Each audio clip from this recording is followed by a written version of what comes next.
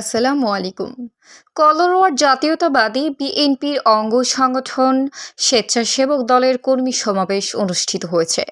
কলরোয়া থেকে সহকর্মী আবু রাইহান এর পাঠানো ভিডিও চিত্রে কণ্ঠে আমি আয়েশা ইভা।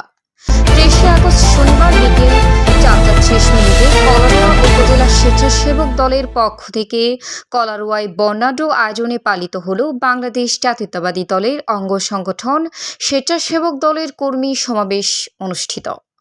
উক্ত কর্মী সমাবেশে অনুষ্ঠান শেষে কলারোয়া পৌরসভার প্রতিটি এলাকায় আনন্দ মিছিল ও র্যালি বের হয়।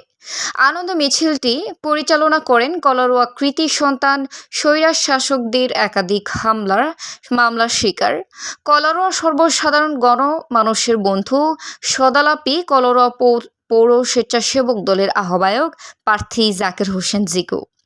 কলারোয়া উপজেলার 12টি ইউনিয়ন থেকে জাতীয়তাবাদী স্বেচ্ছাসেবক দলে প্রায় 3 থেকে 4 হাজার কর্মী সমর্থক উপস্থিত ছিল। আজকে